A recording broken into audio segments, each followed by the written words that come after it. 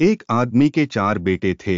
वो चाहता था कि उसके बेटे ये सबक सीख ले कि किसी को परखने में जल्दबाजी नहीं करनी चाहिए। इसलिए इस बात को समझाने के लिए उसने अपने बेटों एक सफर पर रवाना करने का फैसला किया और किसी दूर दराज इलाके में नाशपाती का एक दरख्त देखने के लिए भेजा।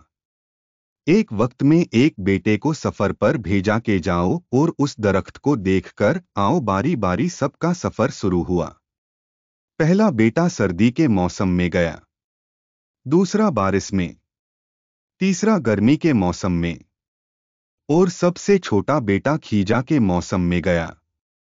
जब सब बेटे अपना अपना सफर खत्म करके वापस लौट आए तो उस आदमी ने अपने चारों बेटों को एक साथ बुलाया और सबसे उनके सफर की अलग अलग तफसील के बारे में पूछा। पहला बेटा जो सर्दी के मौसम में उस दरख्त को देखने के लिए गया था, उसने कहा कि वो दरख्त बहुत बदसूरत, झुका हुआ और टेढ़ा सा था। दूसरे बेटे ने कहा, नहीं, वो दरख्त तो बहुत हरा भरा था, बड़े बड़े पत्तों से भरा हुआ था। तीसरे बेटे ने इन दोनों से इख्तिलाफ किया, वो दरख्त तो फूलों से भरा हुआ था और उसकी महक दूर तक आ रही थी और ये कि उससे हसीन मंजर इससे पहले उसने कभी नहीं देखा था।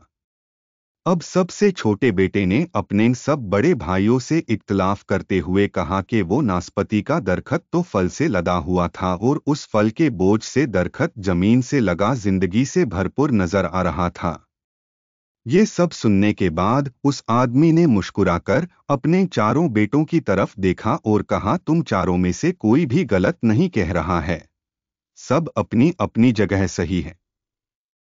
बेटे बाप का जवाब सुनकर बहुत हैरान हुए। ऐसा किस तरह पॉसिबल है? बाप ने अपनी बात जारी रखते हुए कहा कि इस कहानी से मिलने वाली सीख, तुम किसी भी दरख्त या फिर किसी शख्स को एक मौसम या एक हालत में देखकर कोई फैसला नहीं कर सकते। किसी भी इंसान को जानने के लिए थोड़ा वक्त लेना जरूरी होता है। इंसान कभी किसी हालत में होता है तो कभी किसी और हालत में। अगर दरख्त को तुमने सर्दी के मौसम में बेरौनक देखा तो इसका मतलब ये नहीं कि इस पर कभी फल नहीं आएगा। इसी तरह किसी शख्स को तुम लोग गुस्से की हालत में या किसी गुनाह के कामों में देख रहे हो तो इसका मतलब ये हरगिज नहीं कि वह बुरा ही होगा। कभी भी जल्दबाजी में कोई फैसला न करो जब तक अच्छी तरह किसी को जांच न लो।